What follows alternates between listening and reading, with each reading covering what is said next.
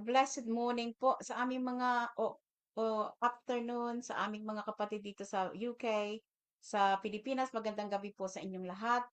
Inaanyayahan po namin kayo na dumalo at makinig ng aming mabuting balita saan man pong dako kayo naroroon. Let me call Sister Shirley po for our opening prayer.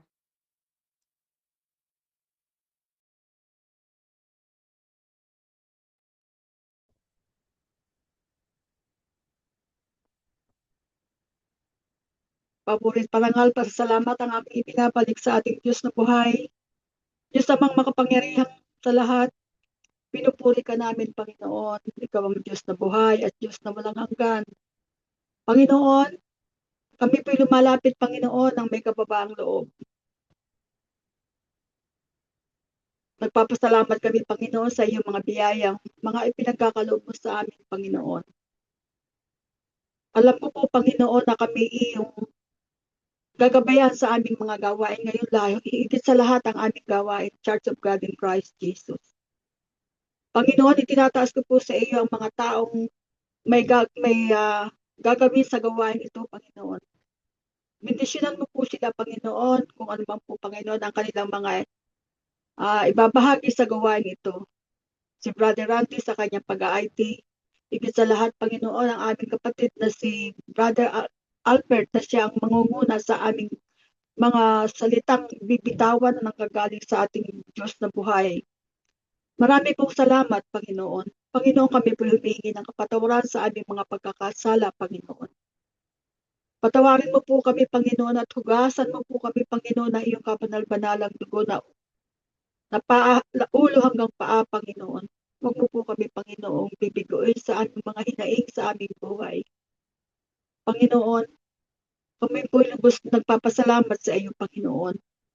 Na kami, Panginoon, sa mga sandaling ito at sa mga nakaraang araw, Panginoon, at sa mga darating pang mga araw, Panginoon. Kami po, Panginoon, sa iyong banal na salita, Panginoon, ay kami po'y natututo, Panginoon. At nawa po, Panginoon, ay kami makaakay pa, Panginoon, ng mga taong nalalayo sa landas na patungo sa iyo, Panginoon. Kaya, Panginoon, kaming naririto, Panginoon, sa gawain ito po, Panginoon, ay dalangin namin, Panginoon, na kami makaakay pa, Panginoon, at bendisyonan mo po kami, Panginoon, ang bumubuo nitong gawain ito, Panginoon. Gamitin mo po kami, Panginoon. At Panginoon, dalangin namin kung ano man po, Panginoon, ang nangyayari sa aming buhay, Panginoon.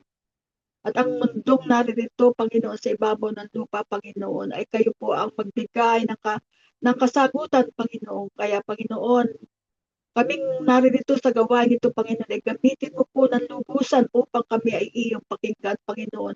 Higit sa lahat, Panginoon, ang buong mundo, Panginoon.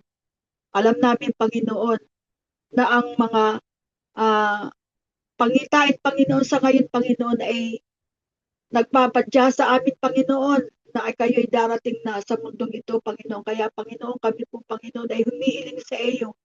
Panalangin namin, Panginoon, na iligtas mo po kami, Panginoon, kasama ang aming mga mahal sa buhay, Panginoon. Kaya, Panginoon, marami pong salamat sa iyong pagmamahal, sa iyong biyaya, at ang iyong awa, Panginoon, na ikaw alam namin, Panginoon, na hindi nauubos ang iyong awa at habag sa mga taong lumalapit sa iyo, Panginoon. Alam ko, Panginoon, makasalanan man o ang mga taong lumalapit sa iyo, Panginoon, binibigyan mo pa rin po, Panginoon, ng iyong biyaya, Panginoon. Kaya, Panginoon, dalangin namin na katumpasan nila ang mga biyayang ipinagkakaloob ninyo sa kanilang lahat, Panginoon. Kaya, Panginoon, dalangin namin, Panginoon, ang gawain ito'y magtagumpay, Panginoon. At nawa po, Panginoon, ay mapukaw ang aming mga uh, iyong mga nilalang, Panginoon, upang sila ay magkaroon ng magandang lakad patungo sa iyong kaharian, Panginoon. Marami pong salamat, Panginoon. At nawa po, Panginoon, ang gawain ito, Panginoon, ay madinig ng lahat ng tao at higit sa lahat, Panginoon, ay pakinggan mo. At gawin mo po, Panginoon, ang iyong pinaalay namin po, Panginoon, ang aming buhay, Panginoon. At gawaran mo kami, Panginoon, ng iyong makapangyarihan. In Jesus' mighty name we pray. Amen.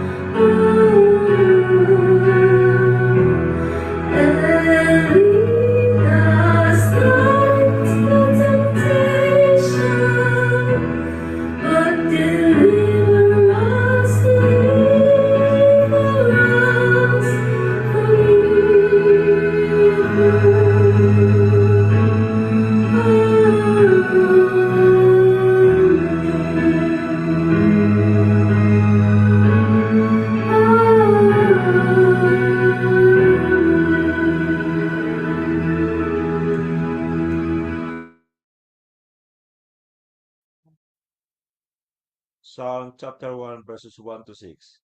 The way of the righteous and the wicked. Blessed is the man who walks not in the counsel of the wicked, nor stands in the way of sinners, nor sits in the seat of scoffers. But his delight is in the law of the Lord, and on his law he meditates day and night. He is like a tree planted by streams of water that yields its fruit in its season, and his leaf does not wither. In all that he does, he prospers. The wicked are not so, but are like chaff that the wind drives away. Therefore, the wicked will not stand in the judgment, nor sinners in the congregation of the righteous. For the Lord knows the way of the righteous, but the way of the wicked will perish. This is the word of the Lord. Thanks be to God. Ngayon naman po ay ating maririnig ang inspirational talk ng aking Brother Hatfon.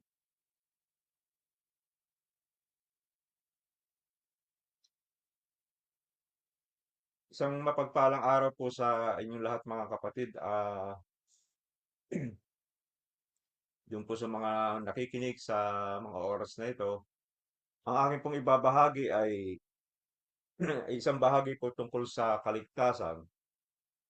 Dito po sa aklat ng Ephesians, chapter 2, umpisa ko po sa verse 1, at kayo'y binuhay niya ng kayo'y mga patay, dahil sa inyong mga pagsalangsang at mga kasalanan, na inyong nilakaran noong una ayon sa lakad ng sanlibutan ito, ayon sa pangulo ng mga kapangyarihan ng hangin, ng espiritu na ngayon ay gumagawa sa mga anak ng pagsuway. Sa gitna ng mga iyaon, tayo rin naman ng ibang panahon ay nangabubuhay sa mga kahalayan ng ating laman na ating ginagawa ang mga pita ng laman at ng pag-iisip at tayo nooy katutubong mga anak ng kagalitan gaya naman ng mga iba. Ngunit ang Diyos palibasay mayaman sa awa dahil sa kanyang malaking pag-ibig kanyang iniibig sa atin. Bagamat tayo mga patay dahil sa ating mga kasalanan, tayo binuhay na kalakip ni Kristo. Sa pamamagitan ng biyaya, kayo'y nangaligtas. At tayo ibinangon kalakip niya at pinaupong kasama niya sa kalangitan kay Kristo Jesus, upang sa mga panahong darating ay maihayag niya ang dakilang kayamanan ng kanyang biyaya sa kagandahan loob sa atin kay Kristo Jesus. Sapagkat sa biyaya kayo nangaligtas sa pamamagitan ng pananampalataya, at ito'y hindi sa inyong sarili, ito'y kaloob ng Diyos, hindi sa pamamagitan ng mga gawa upang ang sinuman ay huwag mapuri. Sapagkat tayo sa kanya gawa na nilalang kay Kristo Jesus para sa mabubuting gawa na inihanda ng Diyos ng una upang siya nating lakaran. Dito po sa aking binasa, doon po sa verse 5, binanggit po rito na bagamat tayo'y mga patay dahil sa ating mga kasalanan, tayo binuhay na kalakip ni Kristo sa pamamagitan ng biyaya, kayo'y nangaligtas. Yung pong dito po sa unang bahagi ng kaligtasan, yung pong ibinigay sa ating kaligtasan ay yung po yung ito biyaya ng Diyos. Na tayo po ay inilayo niya inialis po tayo sa kasalanan, kinubos po tayo ng kanyang dugo noong pong ialay niya kanyang buhay para tayo matubos sa kaligtasan. Doon po sa aklat ng Juan, nakalagay po doon sa John 3:16, ah, babasahin ko po sa inyo sa John 3:16 po. Ito po ang sinasabi.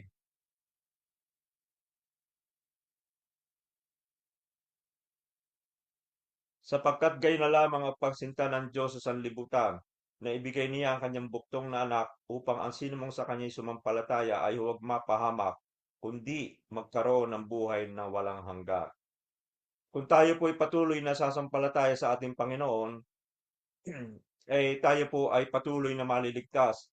At dito po sa aking binasa kanina sa Ephesians 2, doon po sa verse 1, tayo po'y binuhay ng Panginoon, sapagkat tayo po ay mga patay, itinuturing po tayong buhay, ngunit tayo mga patay po sapagkat doon po sa mga kasalanan natin, doon po sa ating mga kasalanan na hindi po natin alam na hanggang ngayon ay dala-dala natin yung mga kasalanan ngayon, yung po mga marami po yan, kagaya po ng mga pakikiapid, mga pagkakampi-kampi, lalo na po doon sa pananampalataya, yung pong pagsamba sa Diyos-Diyosan, yun po yung hangga't ginagawa natin, ay tayo po ay nagkakasala sa Panginoon. Hindi po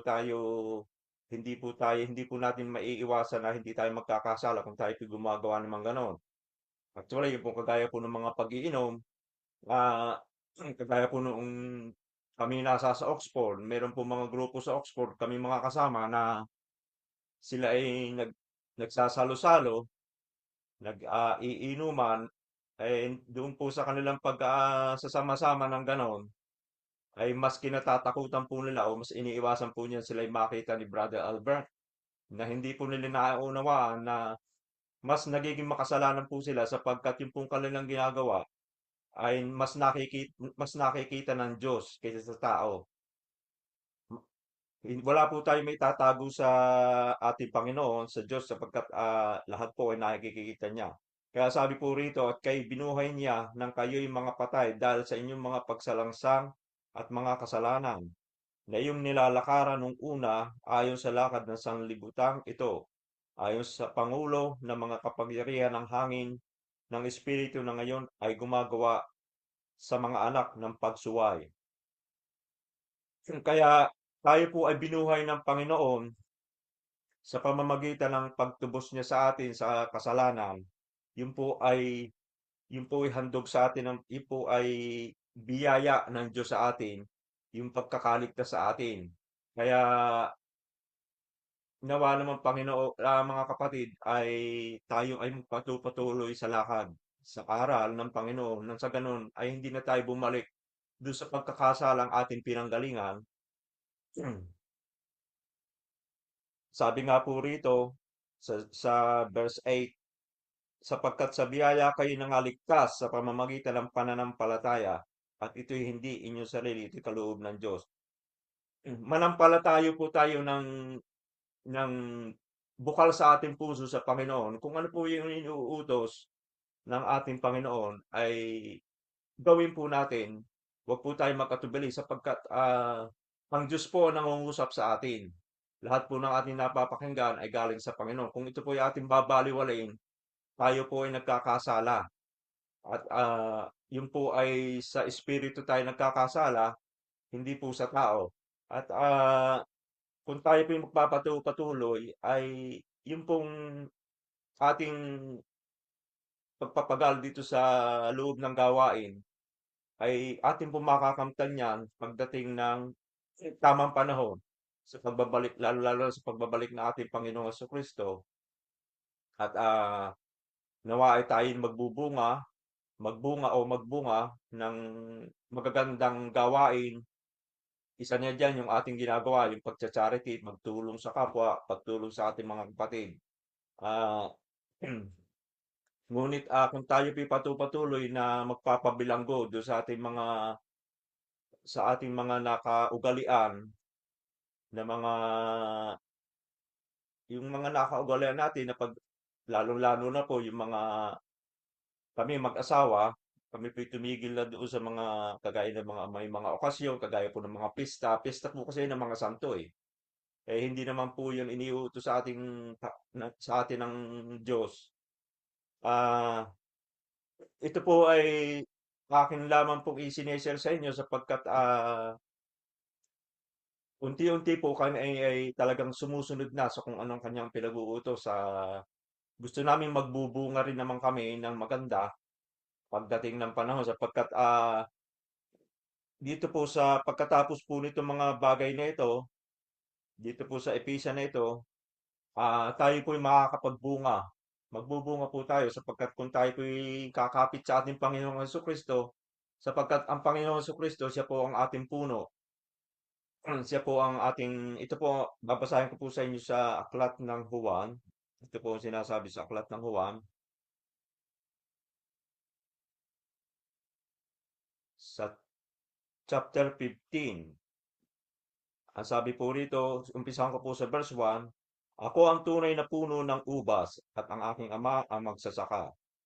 Ang bawat sanga sa akin ay hindi nagbubunga, ay inaalis niya, at ang bawat sanga na nagbubunga ay nililinis niya upang lalong magbunga.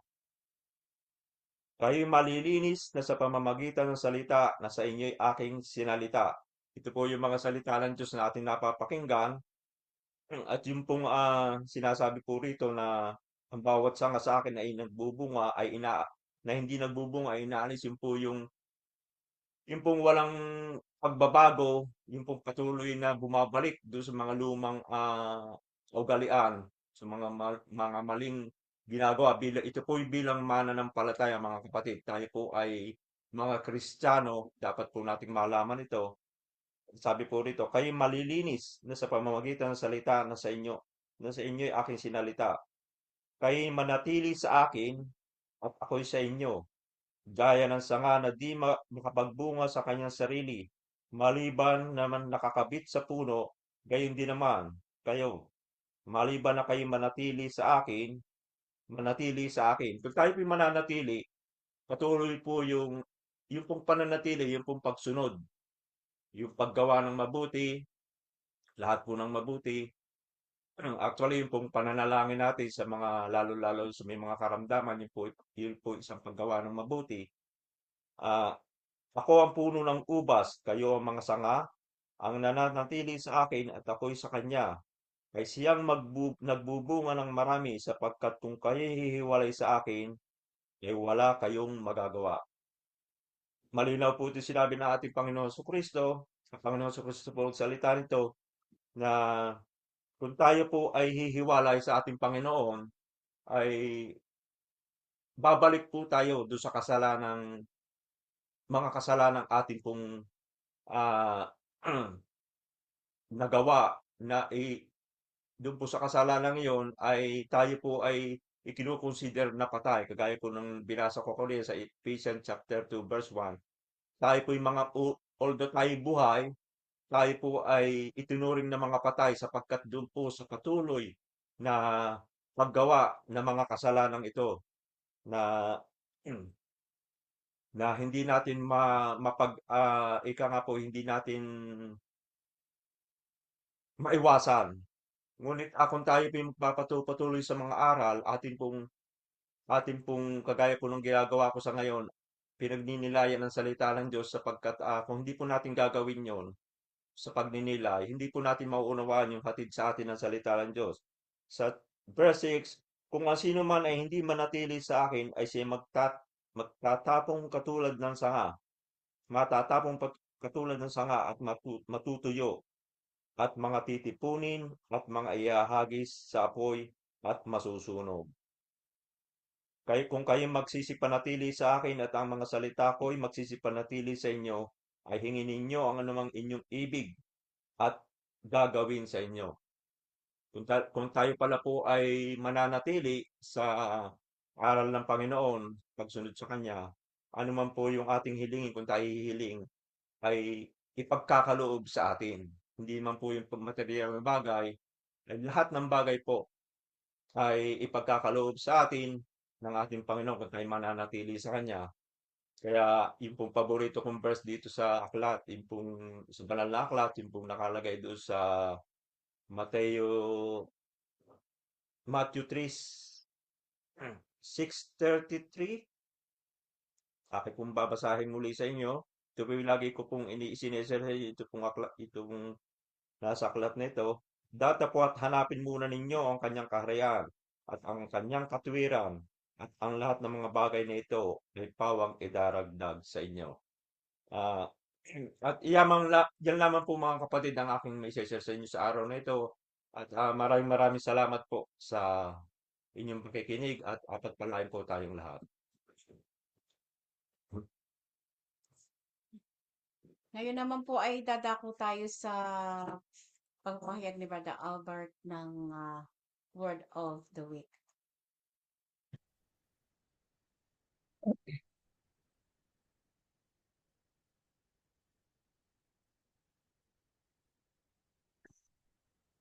Maraming salamat sa Panginoon sa napakabuting pagkakataon na muli binigay sa bawat isa sa atin. At binabati ko po ang bawat isa sa ating mga kapatid sa Pilipinas. Magandang gabi po diyan. At magandang hapon naman dito sa ating mga kapatid dito sa UK. At magandang araw sa sino man tao na maaring makatunghay ng ating ng banal na gawain ng Panginoon. Ako'y nagpapasalamat sa Diyos sapagkat sa araw na ito ay nakikita ko ang pag-unlad ng kaalaman ay pinagkakaloob ng Diyos sa bawat isa kay Brother Randy sa kanyang pagsasaliksik at pag-aaral ng salita ng Diyos.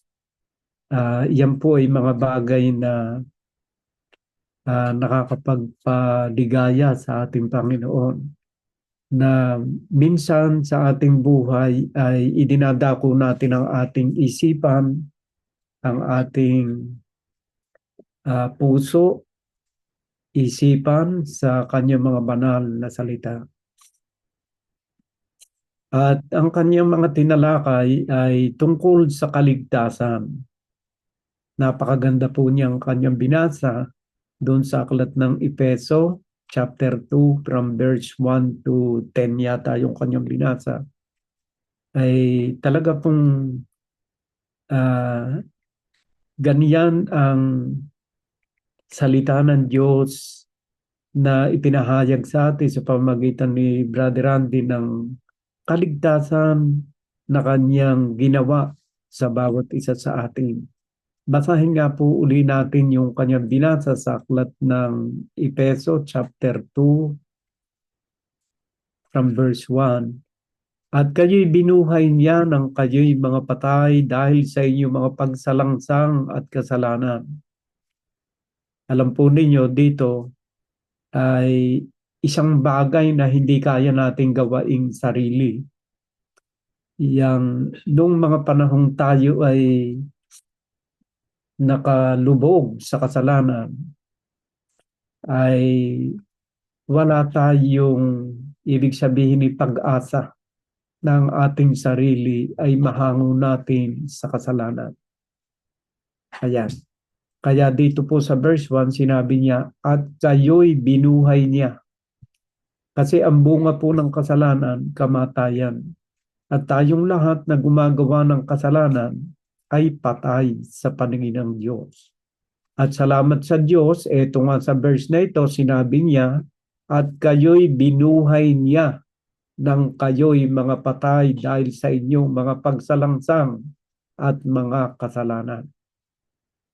So, yung Diyos, itong unang bahagi ng kanyang pagliligtas mula sa ating katayuang walang pag-asa dahil tayo ngay nakalublob sa kasalanan, ay binuhay niya tayo. Sa anong paraan na tayo'y binuhay ng Panginoon?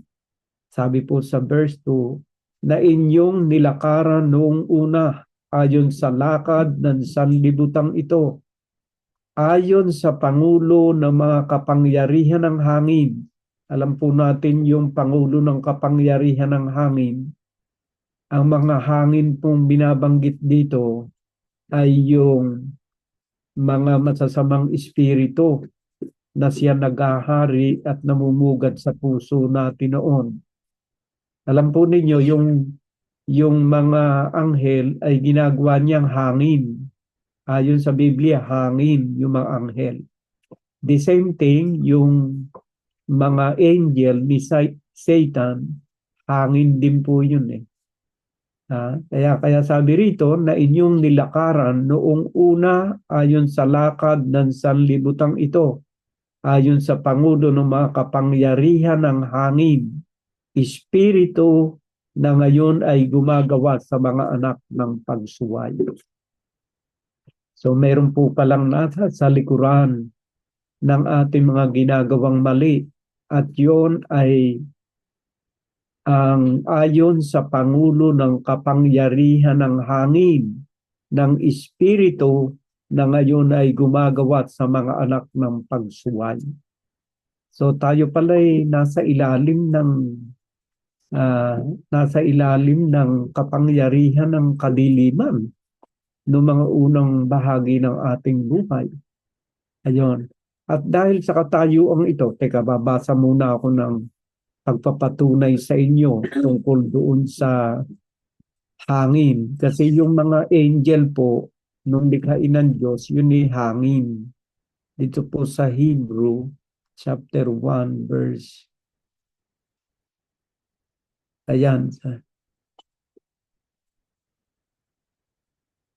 ito po, doon sa Hebrew chapter 1, verse 13 and 12, para patunayan ko lang po sa inyo yung tungkol sa hangin. Ayan, ito po sabi, to which of the angel, Hebrew chapter 1, verse 13 and 14, to which of the angels did God ever say, sit at my right hand until I make your enemies a footstool for your feet? Are not all angels ministering spirit sent to serve those who will inherit salvation? Espiritu po kasi yung yung mga angel. Pero sila po nakakakuha ng katawan ng tao kung gugustuhin ng mga anghel. Kaya nga po kung minsan, yung mga sinasabing merong third eye, ay yung po'y gawa ng mga evil spirit nakakakopya po sila ng katawan. Halimbawa, katawan ng namatay na papalabas niyang muling bumalik at nakaupo roon sa isang upuan yung taong namatay. Ganyan po yung kapangyarihan ng kadiliman. At yan po yung mga fallen angel na kasama ni Satan, kasi nung magkaroon po ng digmaan sa langit, ay kasamang ibinuli dito sa lupa yung mga anghel ni Satan. Kaya sila po ang gumagawa rito ng kasamaan na sinabi nga roon sa binasa ni Brother Randy na ayon sa kapangyarihan ng espiritu ng hangin na gumagawa sa mga taong mapagsuway. So, yan po yung mga anghel na ibinagsak. Basahin ko nga po rito sa aklat na Apokalipsis, chapter 12, verse 9.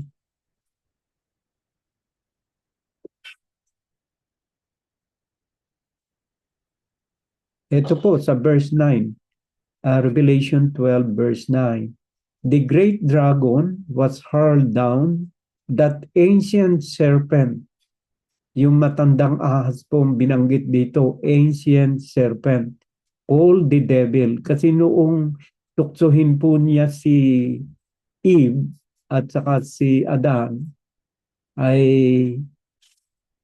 maaring 4,000 years ago na yun 4,000 taon na yun noong kanyang tuksohin yung si Adan at si Eva. Aywan ko kung tama yung aking kwan. Ay siguro bata pa itong ahas na ito, itong serpent na ito, kaya doon itinatawag lang siyang ahas. Pero dito po sa aklat na Apokalipsis ay sinasabing ancient serpent, all the devil or Satan who lead the whole world astray. So tayo po yung nasa ilalim nitong kapangyarihan nito. Kaya sa binasa ni Brother Randy doon sa Ephesians chapter 2 verse 1, ay tayo natangay nitong masamang espiritong ito sa pagkakasala. Who lead the whole world astray. He was hurled to the earth. Siya'y ibinagsak dito sa lupa. Kaya nga po napakarami nagiging biktima ito. And his angel with him. So kasama po pala yung mga anghel na kumampi kay Satan nung magkaroon ng digmaan sa langit. Ay nagkaroon po ng digmaan doon. Kung itataas po natin doon sa verse 7, then war broke out in heaven. Michael and his angel fought against the dragon, and the dragon and his angel fought back. But he was not strong enough and they lost their place in heaven. The great dragon was hurled down, that ancient serpent called the devil or Satan, who lead the whole world astray. So meron palang nasa sa likod ng mga kasamaang nagaganap dito sa mundo. Kaya tama yung sinabi ni St. Paul doon sa aklat ng Efeso na mga espiritu ng hangin. Kaya sabi rito, who lead the whole world astray. He was hurled to the earth and his angel with him. So, itong atmosphere na ating ginagalawan ay polluted ng masasamang espiritu. Hindi natin sila nakikita pero nasa ating kapaligiran yan. At yan ang naghahari sa ating buhay na ating nilakaran noong una. Balik natin ulit sa Ephesians chapter 2 verse 1. Ayan. As for you were dead in your transgression and sin, in which you used to live when you followed the ways of this world and of the ruler of the kingdom of the air, the spirit who is now at work in those who are disobedient. So, yan po. Nabihag tayo nitong masasamang espiritong ito. Kagaya rin po na naganap kay Maria Magdalena na 7 espiritu ng diablo ang napalabas sa kanya. Ay marami po kasing senyales para makita natin yung iba-ibang espiritu na kumukubabaw sa atin o siyang umi-impluwensya sa atin. Pagka ikaw ay naninigarilyo, may isang espiritu ka. Pag ikaw ay babaero, may another espiritu ka. Pag ikaw ay lasinggero, another espiritu rin. Maraming espiritu pala nagtatrabaho sa buhay ng isang tao. Kada bisyo ay mayroon nag-i-initiate na espiritu sa isang tao para tayo ay ma-divert sa landas ng pananampalataya sa Diyos. Kaya nga kumisan yung laman, ang sabi, ay dapat tayo mamuhay sa espiritu, sa salita ng Diyos, para hindi tayo mahikayat nitong mga tuksong ito ng kahinaan ng ating mata, kahinaan ng ating laman. Ayan. All of us also live among them at one time. O tayo rin, naging biktima nitong mga espiritong ito. Kaya tayo, nagsusugal tayo, pumapatay, naglalasing, nagnanakaw, alipin tayo ng mga espiritong ito. Yan kasi ang kahinaan ng ating laman. Pero nakikilala natin na maraming espiritu ang tumatrabaho talaga. Hindi lahat ng tao ay merong magkakatulad na kahinaan. Iba-ibang kahinaan. Sa makatuwid, maraming espiritu ang tumatrabaho talaga sa tao upang magkasala. At yung espiritong yan po yung mga anghel na kasama ni Satanas na ibinuli dito sa lupa nang magkaroon ng digmaan sa kalangitan. So, yan po ang umi-impluwensya sa likod ng mga pagkakamali at pagkakasala ng isang tao. At ang sinasamantala ng mga masasamang espiritong ito ay yung kahinaan ng ating laman. Kaya nga po dapat tayo mamuhay ng ayon sa espiritu, sapagkat ang namumuhay ayon sa laman ay kamatayan, ngunit ang namumuhay ng ayon sa espiritu ay buhay na walang hanggan. Yun ang sinasabi ng Biblia. Now, ang sabi rito, all of us also live among them at one time. Totoo po yun. Talagang gayon tayo nung araw. Gratifying the craving of our flesh and following its desire and thought. Like the rest, we were by nature deserving of wrath. So talagang kung hindi tayo mahahango rito, during the judgment day, sa apoy talaga ang ating patutunguhan. Pero dahil sa laki ng pag-ibig sa atin ng Diyos, ang sabi rito sa verse 4, but because of His great love for us. God who is rich in mercy. Ay talagang napakamahabagin. Kahit na nga ang bawat isa sa atin ay dapat ikapuutan na niya, pero tinalikdan niya ang kanyang puot at sa halip ipinadama sa atin pa rin ang kanyang pag-ibig at pagpapatawad. Bakit? Kasi alam ng Diyos na tayo walang pag-asa sa kaligtasan. Ayan, paano tayo iniligtas? At sabi nga rito sa verse 4, but because of His great love for us, God who is rich in mercy made us alive with Christ even when we were dead in transgression. Tayo raw ay muling binuhay sa pamamagitan ni Kristo kahit na tayo'y patay dahil sa ating mga kasalanan. Ay sabi rito, it is by grace you have been saved. Grasya po yung kaligtasan yung unang kaligtasan na ipinagkaloob sa atin ng Diyos. Grasya niya yon. Bunga ng kanyang pag-ibig, bunga ng kanyang awa sa bawat isa sa atin. Kasi tayo po'y nasa katayuang wala tayong pag-asa. Kaya kailangan ng grasya ng Diyos para tayo'y mahango sa kasalanan. Ngayon, ano ba ang ginawa ng Diyos para tayo'y mahango roon? Napaka bigat na hakbang ang ginawa ng Diyos para tayo'y hanguin sa kaligtasan. Hanguin tayo sa kasalanan. At yun ay sa pamamagitan ng kamatayan ng kanyang anak. Na sa halip na tayo ay parusahan, sa halip na tayo ay mamatay dahil sa ating kasalanan, ay minarapat ng Diyos na ang kanyang anak ang magdusa noon. Kaya nga po yun ang grasya ng Diyos. Basahin natin, inihula po yan ni Prophet Isaiah sa aklat ng Isaiah chapter 53 from verse 3 yata yun.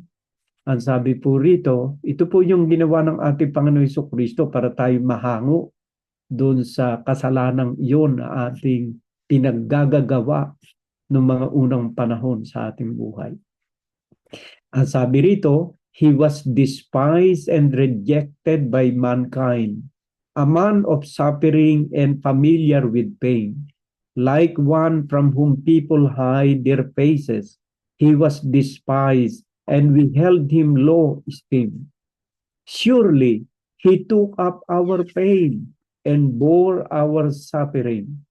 Yet we consider Him punished by God, stricken by Him and afflicted. But He was pierced for our transgression. No? Siya binutasan ng kamay at paa dahil sa ating kasalanan. He was crushed for our iniquities. The punishment that brought us peace was on Him. And by His wound, we are healed. So makikita po natin yung mga paghihirap ng ating Panginoon na dinanas niya sa tuktok ng Kalbaryo nang siya ipako sa krus. Yung po pala ay kabayaran ng lahat ng ating mga ginawang kasalanan. Kaya sinabi nga niya sa aklat ng Efeso na by grace you have been saved. Dahil sa grasya kayo'y naligtas. Ano pong grasya ang naging dahilan ng ating kaligtasan? Binutasan ng kanyang mga kamay dahil sa atin. Siya'y pinarusahan dahil sa ating mga kasalanan. Dapat sana nga tayong parusahan. Pero dahil sa laki ng pag-ibig ng Diyos, inaako niyang kaparusahan na dapat sana sa atin. Basahin natin sa aklat ng 2 Corinthians chapter 5 verse 21. God made Him who had no sin to be sin for us, so that in Him we might become the righteousness of God. So, inari siyang makasalanan dahil sa atin. Kasi nung panahon siya nasa tuktok ng Kalbaryo na siya pinapahirapan, Dala-dala niya ang lahat ng kasalanan ng sanlibutan noong mga panahong yon. Kaya napakatindi ang dinanas niyang hirap. Ang kanyang paghihirap ay unti-unti patungo sa kamatayan. Kasi nung ipako siya, 6 na oras siya nakabayubay sa krus bago siya nalagutan ng hininga. So makikita po natin dito 9:00 ng umaga hanggang 3:00 ng hapon na nakabitin siya sa krus. Makikita po natin dito ang laki ng paghihirap na dinanas ng ating Panginoong Jesucristo. Yung po kasing kanyang dinanas na hirap na yun ay pagbabayad sa ating mga kasalanan. Kaya sabi rito sa 2 Corinthians chapter 5 verse 21, God made him who had no sin to be sin for us, so that in him we might become the righteousness of God. Upang tayo maiharap niya na walang dungis sa kanyang Ama sa langit, sa ating Ama sa langit, minarapat niyang ibigay ang kanyang sariling buhay alang-alang sa atin. So makikita natin dito yung pambihirang pag-ibig ng Diyos na ibinigay sa bawat isa sa atin, na tayo sa katayuang walang kapag-asa sa kaligtasan ay binigyan niya ng liwanag ng pag-asa ng kaligtasan sa pamamagitan ng paghihirap ng kanyang sariling anak. Sa tuktok ng Kalbaryo, 6 na oras, unti-unting kamatayan ang dinanas ng ating Panginoong Jesucristo. Ganito po kabigat ang pagbilin niya. Siya po ang naging pambayad sa ating mga kasalanan. Basahin po natin sa aklat ng Matthew chapter 20 verse 28. Ito po sabi. Just as the Son of Man did not come to be served, but to serve and to give his life as ransom for many. So ang kanya pong paghihirap na yun, ang kanyang buhay, yun po ang naging ransom o pambayad sa lahat ng ating pagkukulang. Ngayon, ang sabi po roon sa binasa ng ating kapatid na si Randy, sa verse 2, ilagay na natin. Sa verse 8, for it is by grace you have been saved through faith. So mahalaga po pala ang pananampalataya. Sa pananampalataya po pala tayo'y may kaligtasan. Ay alin po ba ang dapat nating sampalatayanan? Sampalataya tayo sa ating Panginoong Jesucristo at sasampalataya rin tayo sa lahat ng kanyang mga kautusan at salita. Yan po ang kaligtasan. Ang sabi rito, for it is by grace you have been saved through faith, and this is not from yourself, it is the gift of God. Ako po'y nagtataka ko minsan John Francis, sa ibang mga tao dahil actually po sa bigat ng pinagdaanan ng ating Panginoong Jesucristo ay hindi na po natin dapat na pag-alinlanganan ang kanyang mga salita.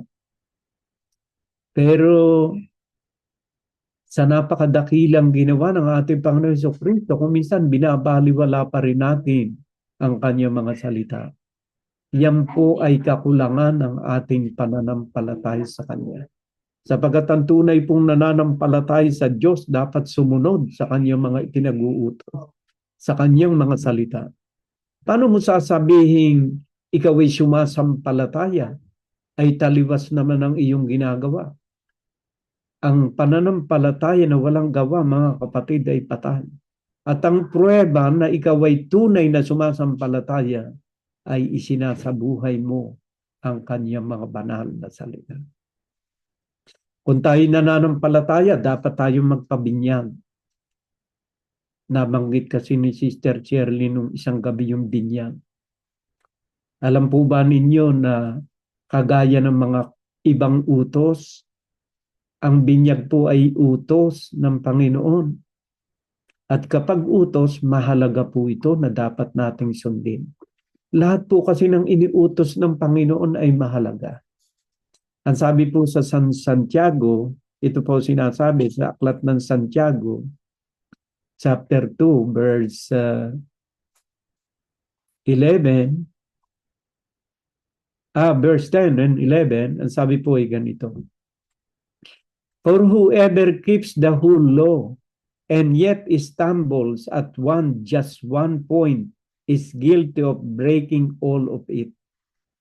For he who said, you shall not commit adultery, also said, you shall not murder.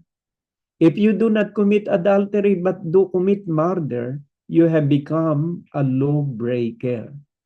So kapag ang utos ng Diyos ay sinusunod mo ang iba, at ikaw naman ay pumaltos sa pagsunod sa isa, ikaw ay lumalabag sa buong kautusan.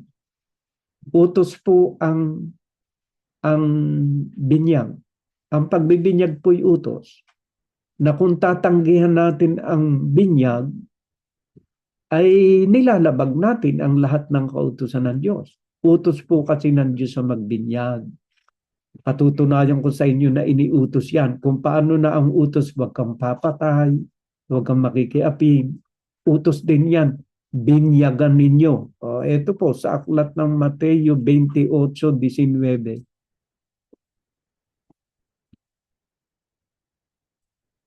Ang sabi po rito ay ganito. Utos po ito. Kagaya rin ng huwag kang papatay, huwag kang makikiapid na binasa ko sa inyo sa aklat ng Santiago, chapter 2, verses 10 and 11.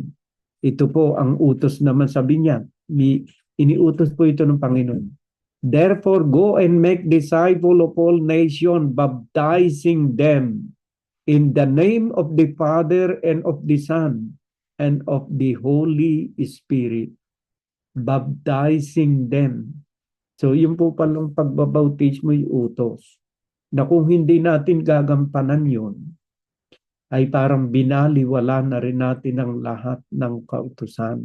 Sapagkat ang kautusan ng Diyos ay humihingi ng 100% na pagsunod. Kapag ikaw narinig mo na ang kanyang mga utos na hindi mo sinunod, nagkakasala ka hindi lamang doon sa utos na hindi mo sinunod, kundi sa buong kautusan ng ating Panginoong Hesukristo.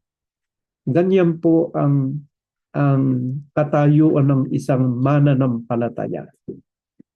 At kung tayo'y tunay na iniligtas dahil sa ating pananampalataya, ayon sa binasa ni kapatid ni Randy, na kayo'y naligtas dahil sa inyong pananampalataya, hindi dahil sa inyong mabubuting gawa, kaya't ang sino man ay walang dapat na ipagmapurik.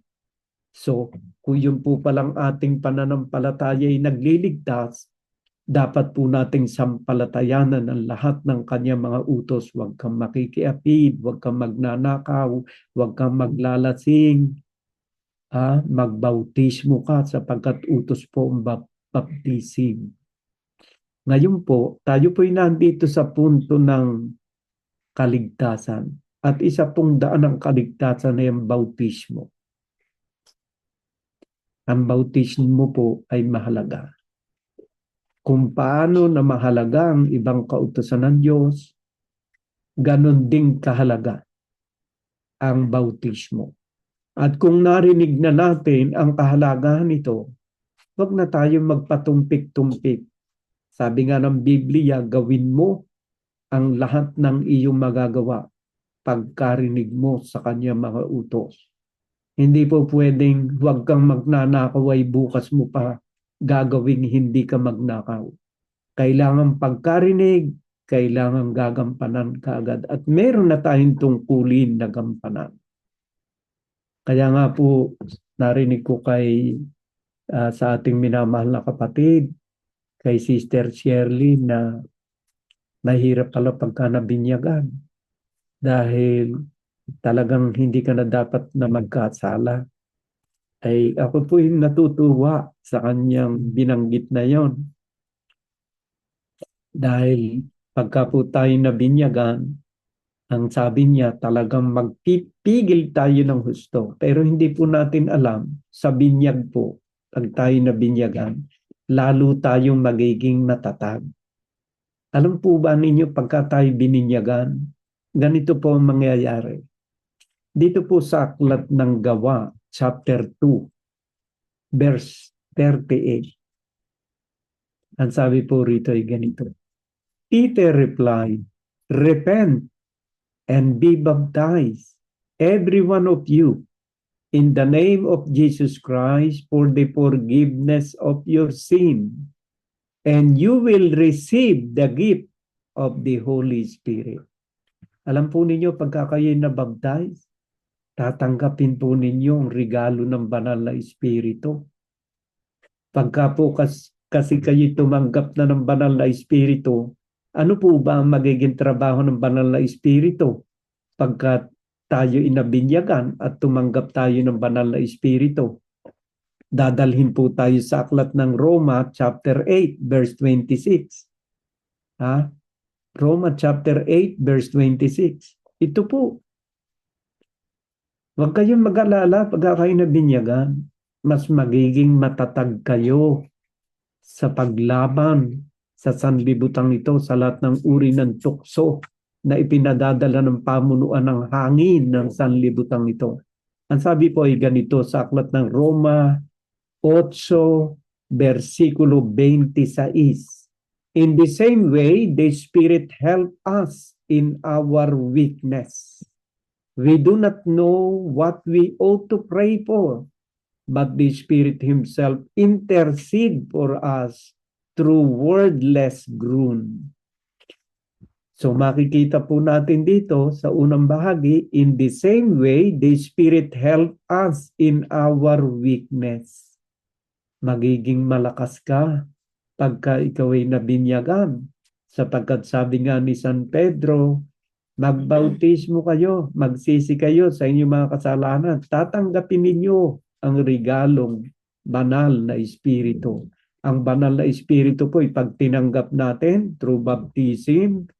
Ang sabi po rito, in the same way, the Spirit help us in our weakness. So you will become strong. Magiging malakas ka. Lalo palang magpapatibay sa bawat isa sa atin kapag tayo'y nabautismo. Lalo pala tayong makakasunod sa kanyang banal na kalooban. Bakit? Ay sinelyuhan na tayo ng Holy Spirit eh. Huwag ka laang tahasang lalabag kasi yun ang ayaw ng Diyos na tayo'y lalabag. Kasi meron pong mangyayaring masama. Kasi parang binaliwala mo na. Kasi yung pong katuturan ng ating bautismo, ganito po sinasabi. Sa aklat po ng Roma chapter 6 from verse 1. Ito po ang katuturan niyan eh. Verse 3. Romano kapitulo 6 versikulo 3. Sabi rito, oh, don't you know that all of us who were baptized into Christ Jesus were baptized into His death? Yung po palang kahulugan ng bautismo ay kahulugan ng kamatayan. We were therefore buried with Him through baptism into death. Saan ka namatay? Doon sa kasalanan mo. In order that just as Christ was raised from the dead, through the glory of the Father, we too may live a new life. Yung pong baptism, paglubog mo sa tubig, parang ikaw ay inilibing na kasama ni Kristo. At doon sa pag-ahon mo sa tubig, ay isang bagong buhay ang ibinigay sa iyo ng Diyos. Kaya sabi rito, in order that just as Christ was raised from the dead, kung paano siya muling binuhay ng Diyos through the glory of the Father, we too may live a new life. So paglubog natin, tayo po'y inilibing na ang lahat ng ating mga karumihan at kasalanan pag-ahon natin sa tubig, isang panibagong buhay na kasama natin ang Espiritu ng Diyos na siyang magtatanggol sa bawat isa sa atin sa ating kahinaan upang magsimula tayo ng isang panibagong buhay. At kapag tayo po ay nagkaroon na ng isang panibagong buhay, ating tingnan kung paano nangyari doon sa mga binautismo nung unang panahon na nagkaroon ng panibagong buhay. Ganito po ang sabi ni San Pablo doon sa aklat ng Galatia chapter 2 verse 20. Ano sabi ni Saint Pablo?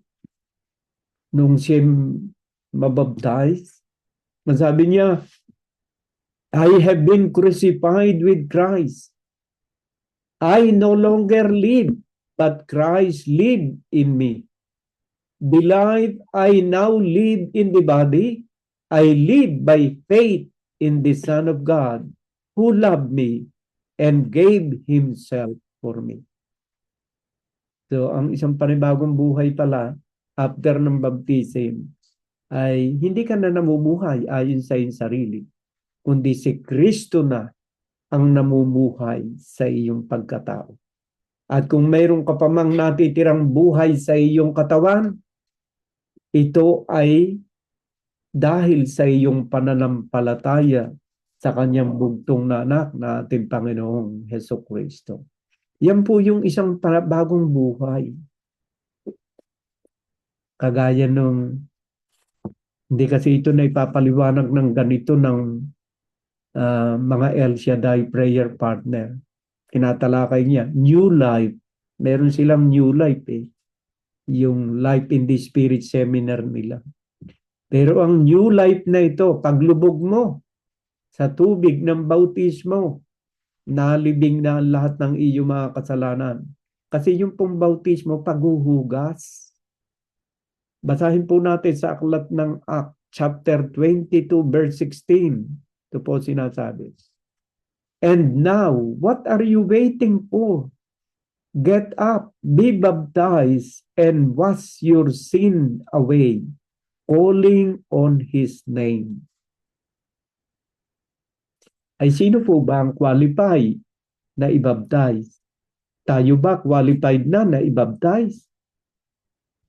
Kasi sa mga born-again Christian, unang araw mo pa ng pagdalo, inilulubog ka na sa bathtub. At ikaw ay binibinyagan ka agad. Ay ano ba ang procedure bago ka i-baptize? Meron po kasi iyang palatuntunan bago tayo i-baptize. Kaya malalaman natin kung tayo, 1, 2, 3, 4, 5, 6, 7, 8, 9, ay dapat nang i-baptize. Kasi meron pong hinihingi na requirements bago ka i-baptize. Paano ba yun? Ang baptism na hinihingi ng banal na kasulatan o ng Diyos. Ang sabi po ay ganito sa aklat po ng Mateo uli, 28. Simulan po natin sa 18. Ang sabi po ng Panginoong Hesukristo, ang ating pong Panginoong Hesukristo nagsasalita rito. Ang sabi po ay ganito, Then Jesus came to them and said, All authority in heaven and on earth has been given to me. Naalaala ko si Pastor Kibuloy dahil ginagamit niya ang salitang ito na ibinigay na raw sa kanya ang lahat ng kapangyarihan sa langit at sa lupa. Kasi siya pala ang ating Panginoong Hesukristo ayon sa kanya. All authority in heaven and on earth has been given to me. Ito po kasing salitang ito hindi mo pwedeng i-apply sa ating sarili. Yung kapangyarihan sa langit at sa lupa ibinigay sa akin, ay malaking blasphemy sa Diyos yun. Siya lang ang may kapangyarihan nun, ang Panginoong Hesukristo. All authority in heaven and on earth has been given to me. Therefore, go and make disciple of all nations. Utos nga po pala yung gawing alagad ko, lahat ng bansa. Baptizing them in the name of the Father and of the Son and of the Holy Spirit. Bautismohan ninyo sila sa pangalan ng Ama, ng Anak, at ng Espiritu Santo. Ay anong requirement? Nasa verse 20. Para ikay ma-qualify na ikaw ay pwedeng binyagan. And teaching them to obey everything I have commanded you, and surely I am with you always to the very end of the age. Teaching them. Tayo po kasi marami ng pagtuturo ang ginagawa. Kasi ang binyag po dapat magkasama ang salita at ang tubig. Hindi po pwede yung ginawa ng born again Christian na tubig lang. Walang kasamang salita. Ang bautismo po magkahalo ang salita at ang tubig. Hindi po pwedeng itubog ko kayo na hindi ko kayo tinuruan ng kautusan ng Diyos sapagkat wala pong bisa ang bautismo nyo. Nagkakabisa yan kung kombinasyon, tubig at kanyang salita, aral at kanyang mga kautusan at tubig. Basahin ko po sa inyo sa aklat ng Efeso, chapter 5, verse 26. Ito po sinasabi. Sa 25, simulan ko muna sa 25. Ephesians chapter 5, verse 25. Husband, love your wives just as Christ loved the church and gave himself up for her, to make her holy, cleansing her by the washing. Alam po ninyo, binabanggit na washing dito, bautismo. By the washing with water through the word. By the washing with water through the word. Kailangan po kasi ang aral, ang salita ng Diyos, kasabay din ng bautismo. At tayo po, ako po'y naniniwala na kayo po ay karapat-dapat ng dumaan ng bautismo sa tubig, sapagkat kayo po ay nalinis na rin ng kanyang mga banal na salita. Ang simbolo po ng pagtutubog ay kamatayan na naganap sa buhay ng ating Panginoon Jesucristo at ang pagbangon natin mula sa tubig ng pagbautismo ay isang panibagong buhay. Sa bawat isa sa atin, nakasama na natin ang Espiritu ng Diyos. Kaya wag po kayong matatakot. Baka sabihin ninyo, naku po, baka ako magkasala, hindi ko makaya. Meron na pong patnubay ng banal na Espiritu sa tunay na bautismuhan.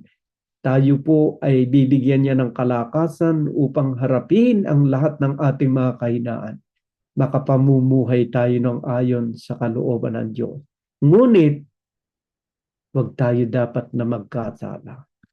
Dahil mayroon pong mabigat na pangyayari. Basahin po natin sa aklat ng Hebrew chapter 6. Ang sabi po ay ganito.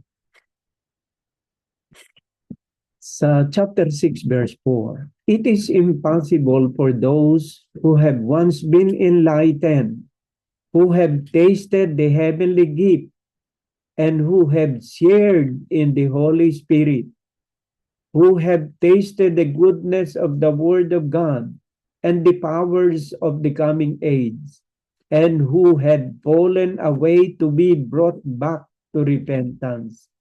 To their loss, they are crucifying the Son of God all over again and subjecting Him to public disgrace. So pagka pala tayo nagkasala, para uli nating ipinapako si Jesus at ibinabalik natin muli siya sa matinding paghihirap sa krus. Bakit po? Pagka tayo nagkasala. Bakit? Kasi tayo po'y sealed ng Holy Spirit. Tayo po'y tinataka ng banal na Espiritu nang tayo binyagan. Tayo po'y nagkakasala sa Diyos at sa Espiritu ng Diyos. Kaya nagkakasala rin tayo sa ating Panginoon Jesucristo na bumili ng ating mga kasalanan. Maaari ba uli nating pababain si Kristo sa langit at ipako uli siya sa krus? Ganyan po kasi ang imposibleng mangyari dito eh. Hindi na po muling ipapako uli si Kristo, minsan lang siya napapako. At yung kanyang pagkapako, tinaglay niya lahat ng ating kasalanan nung itubog tayo sa tubig. At sa muli nating pag-ahon sa tubig, isang panibagong buhay, pag nagkasala tayo, sabi, ipinapako raw uli natin uli si Kristo kapag tayo nagkasala, which is very impossible na ipako pa uli. Ang haharapin na lang natin ay yung malaking kaparusahan, sapagkat hindi naman pwedeng ipako uli si Kristo.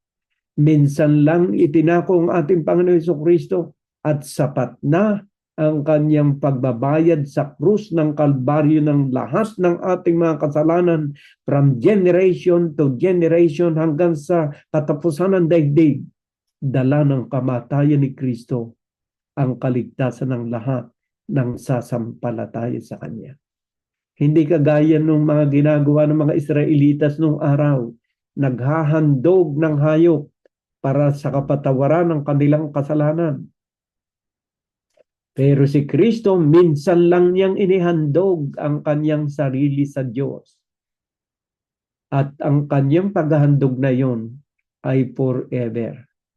Walang expiration. Hindi ka pares ng ginagawa ng mga Israelite noong unang panahon.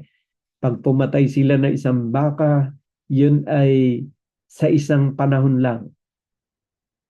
Kailangang magpatay uli para sa kabayaran uli na kasalanang nauulit nilang gawain. Pero si Kristo minsan lang. At yung minsang iyo'y dinala niya lahat ng ating mga kasalanan. Habang mayroong isinisilang na tao, nagkakasala, at nanunumbalik sa Kanya, ay taglay ang kaligtasang ginawa niya sa krus ng Kalbaryo. Ngunit tayo na nabili na niya ang lahat ng ating mga kasalanan, bawal na po tayong magkasala sapagkat parang ipinapako uli natin ang ating Panginoon Jesucristo. Alam ko mga minamahal na magulang at kapatid, sasabihin ninyo mahirap pala. Pero kagaya ng sinabi ko sa inyo, hindi kayo magsisisi sa inyong pagpapabaptize sapagkat yan po'y utos ng Panginoon. Kagaya na sinabi ko sa inyo sa Romans chapter 8 verse 26. In the same way, the Spirit help us in our weakness. Sa Acts chapter 2 verse 38, Peter replied, repent and be baptized every one of you in the name of Jesus Christ for the forgiveness of sin, and you will receive the gift of the Holy Spirit. Pagka nabautismuhan, tatanggapin natin na regalo ng banal na Espiritu. At sa Romans chapter 8:26, ang Espiritu ang tutulong sa ating lahat ng kahinaan. So wag kang mag-alala, ang Diyos ay kasama mo after the baptism upang iadya ka, iligtas ka, gabayan ka, protektahan ka, ipagtanggol ka sa lahat ng uri ng kasamaan at kasalanan ng sanlibutan ito. Nawa, my dear brothers and sisters, ay nakapagbukas ng kaunti ng ating kaisipan ang ating munting pag-aaral na ito. At alam ko na lalo kayong napapalapit sa ating Panginoong Jesucristo sapagkat ngayong araw na ito'y natuklasan ninyo ang kadakilaan ng pag-ibig ng Diyos. Sabi nga niya sa John chapter 3 verse 16, for God so loved the world that He gave His only begotten Son, that whoever believe in Him will not perish, but have an everlasting life. Kasama po sa ating pananampalataya at paniniwala kay Kristo, ang pagbabautismo sa pangalan ni Jesus, upang tayo'y makalakad ng matagumpay at payapa sa daigdig na ito. Ating taglayin ang sinabi ni St. Paul, ni San Pablo sa aklat ng Galatia. Ang sabi po rito sa aklat ng Galatia, nasaan ba yun? Ito sa aklat ng Galatia chapter 2, verse 20, ito po sinabi ni San Pablo, taglayin po natin ito. Ako ay napako sa krus na kasama ni Kristo. Kailan siya napako sa krus? Nung bautismuhan. Kasama siyang ipinako ni Kristo sa krus ng bautismuhan. Kaya nga siya namatay dahil sa kasalanan. At si Pablo rin, nang siya itubog sa tubig, namatay siya sa lahat ng kanyang mga kasalanan. At ano naging bunga? Ako'y napako sa krus na kasama ni Kristo. At hindi na ako nabubuhay, kundi si Kristo. Bakit hindi na siya? Kasama mo na nga ang Holy Spirit. Kundi si Kristo nabubuhay sa akin. At ang buhay na ikinabubuhay ko ngayon sa laman ay ikinabubuhay ko sa pananampalataya. Ang pananampalataya na ito'y sa anak ng Diyos na sa akin ay umibig. Ay talaga namang inibig ka dahil wala kang pag-asa sa kaligtasan. Pero siya'y nagpabayubay sa krus para sa iyo at sa akin. At saan ayan? Ang pananampalataya na ito'y sa anak ng Diyos na sa akin ay umibig at ibinigay ang kanyang sarili dahil sa akin. Pag nilayan po ninyo mga kapatid, kung gaanong kalaki ang pagmamahal ng Diyos. 6 na oras na nakabayubay sa tuktok ng Kalbaryo sa krus ang ating Panginoon Jesucristo. Ang kanyang kamatayan ay unti-unti, my dear brothers and sisters. Upang sa unti-unting kamatayan niya ay maipadama at mailarawan sa ating isipan at sa ating puso ang walang katumbas na pag-ibig ng Diyos sa iyo at sa akin, sa ating lahat. Nawa ay patnubayan tayo ng makapangyarihang Diyos sa bawat araw ng ating buhay. Ngayon at maging sa darating na panahon ng ating buhay. Amen.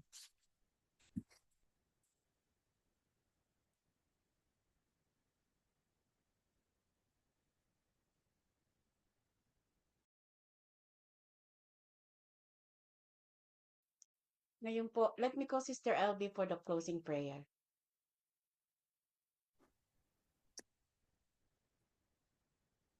Maraming salamat mga kapatid. Maraming salamat Brother Albert sa inyong napakagandang paghahatid ng word of God. Maraming salamat po Panginoon sa araw na ito Panginoon dahil nandito na lang po kami Panginoon na muling nagkasama-samang mga magkakapatid Panginoon upang makinig po sa inyong mga banal na salita Lord. Lord, maraming salamat po Panginoon sa inyong paggabay sa amin Lord. Kayo po Panginoon ang aming Diyos na buhay Panginoon. Ang aming Diyos na kataas-taasan Panginoon na wala nang hihigit po sa inyong kapangyarihan, Panginoon. Kayo lang po ang higit na may makapangyarihan sa lahat, Panginoon. Kayo po ang may lalang sa aming lahat, Panginoon. Naniniwala po kayong Panginoon na kayo ang may lalang sa lahat po, Panginoon, dito sa buong mundo, Lord. Maraming salamat, Lord. Kaya itinataas ko po sa inyo, Panginoon, ang aming mga buhay, Panginoon, ang aming kinabukasan, Panginoon. Kayo na po ang bahala sa aming lahat, Panginoon, na humawak, Panginoon, at gumabay sa amin, Lord. Itinataas ko po sa inyo, Panginoon, ang aming gawain na ito, Panginoon, naway itong Church of God in Christ Jesus, Lord. Naway patuloy po kami, Panginoon, na magkakasama, Panginoon, at makikinig ng inyong mga banal na salita at naway dumami pa po, Panginoon, ang mga kaluluwa na maakay namin, Panginoon, upang makinig, Panginoon, ng inyong mga banal na salita, Lord. Naway maakay namin, Panginoon, ang aming mga pamilya, Panginoon. Dahil alam niyo po, kayo po ang nagsasabi, Panginoon, na ang dapat naming unahin pa, Panginoon, ay ang aming pamilya, Lord. Bago kami mag-share sa inyong mga banal na salita sa iba, Panginoon. Kaya pamilya muna namin, Panginoon, ang aming unahin, Panginoon, na naway madala namin silang lahat dito, Panginoon, upang magkaisa kaming lahat na makinig sa inyong mga banal na salita, Lord. Itinataas ko po sa inyo, Panginoon, ang aming mga kapatiran dito, Panginoon. Naway basbasan mo po, Panginoon, ang lahat ng mga may partisipasyon sa gawaing ito, Panginoon. Basbasan niyo po lahat, Lord, ang mga kapatidan namin, Panginoon, na lalo sa mga nakakataas sa amin, Panginoon. Sila Brother Albert, Panginoon, naway patuloy-patuloy niyo po siyang bigyan po, Panginoon, ng mas marami pang kaalaman, Panginoon, na maibabahagi niya sa amin, Panginoon, na inyong mga banal na salita, Lord. At ako po'y nagpapasalamat, Panginoon, ang iba pa naming mga kapatid, Panginoon, sila Brother Randy, sila Sister Shirley, Panginoon, naway mas marami pa, Panginoon, ang masaliksik nila, Panginoon, upang maibahagi din nila sa amin, Panginoon, ang lahat ng mga kaalaman na kanilang mga masasaliksik, Panginoon, na nanggagaling sa inyo, Panginoon. Maraming salamat po, Lord, sa inyong walang sawang paggabay sa amin, Panginoon. Itinataas ko po, Panginoon, sa inyo, Lord, ang aming bansang Pilipinas, Panginoon. Naway patuloy niyo pong gabayan at proteksyonan, Panginoon, ang lahat ng mga kapatiran namin, Panginoon, na sa kasalukuyan, Panginoon, ay nagsasuffer sa mga kalamidad, Panginoon. Ilayo niyo po pala sila, Panginoon, sa mga kapahamakan, Panginoon, at sa kung anumang mga karamdaman, Lord.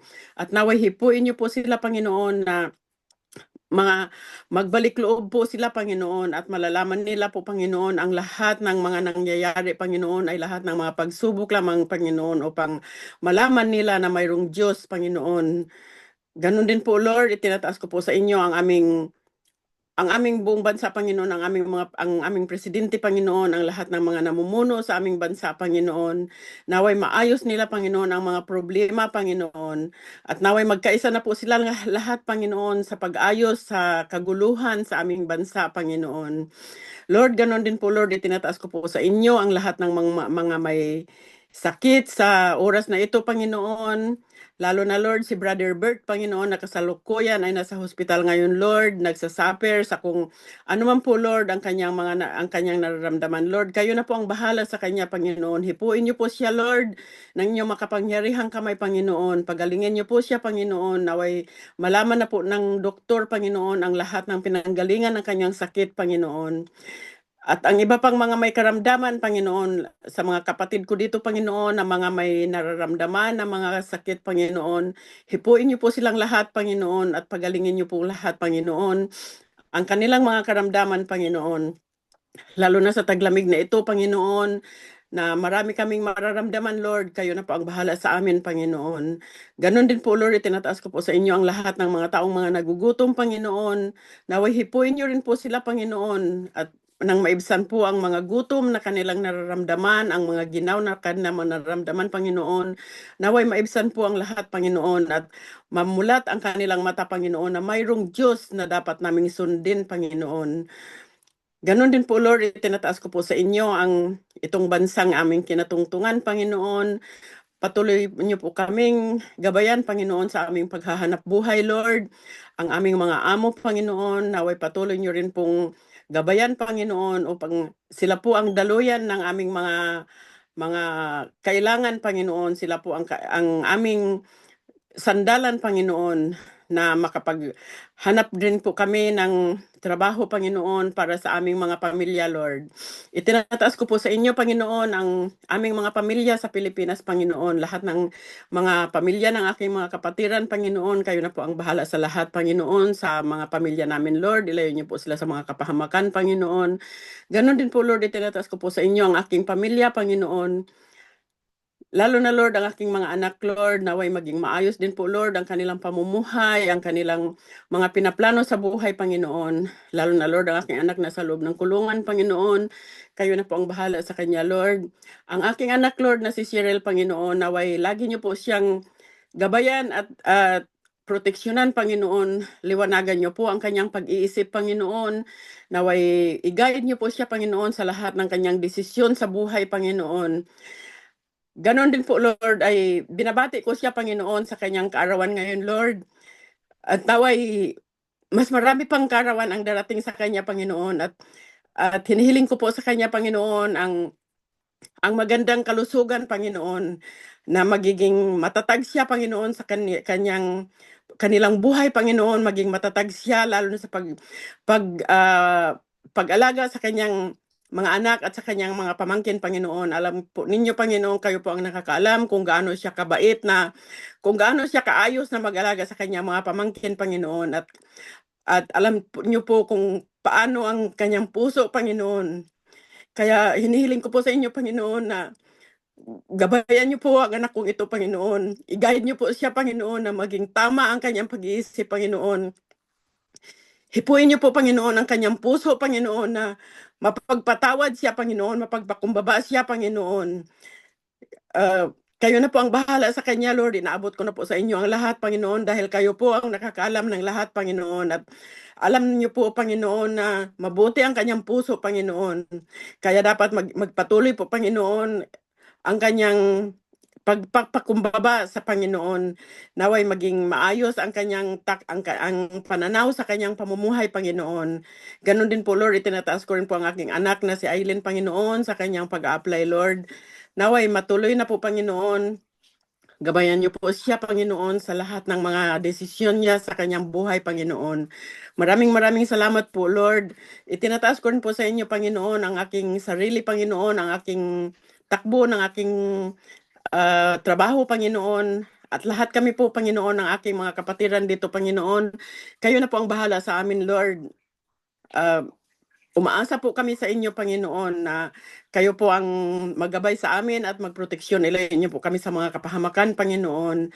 Hanggang sa susunod na linggo, Panginoon, sa aming pagsama-sama muli, Panginoon, sa aming night prayer, Panginoon, sa aming charity, Panginoon, naway lagi niyo kaming gabayan ng makatulong din po kami sa aming mga kapwa, Panginoon. Maraming salamat po, Lord, sa lahat ng mga biyaya na aming natatanggap sa araw-araw, Panginoon. Sa patuloy na biyaya pa, Panginoon, na aming tatanggapin, Panginoon. Maraming salamat po. In Jesus' mighty name I pray. Amen.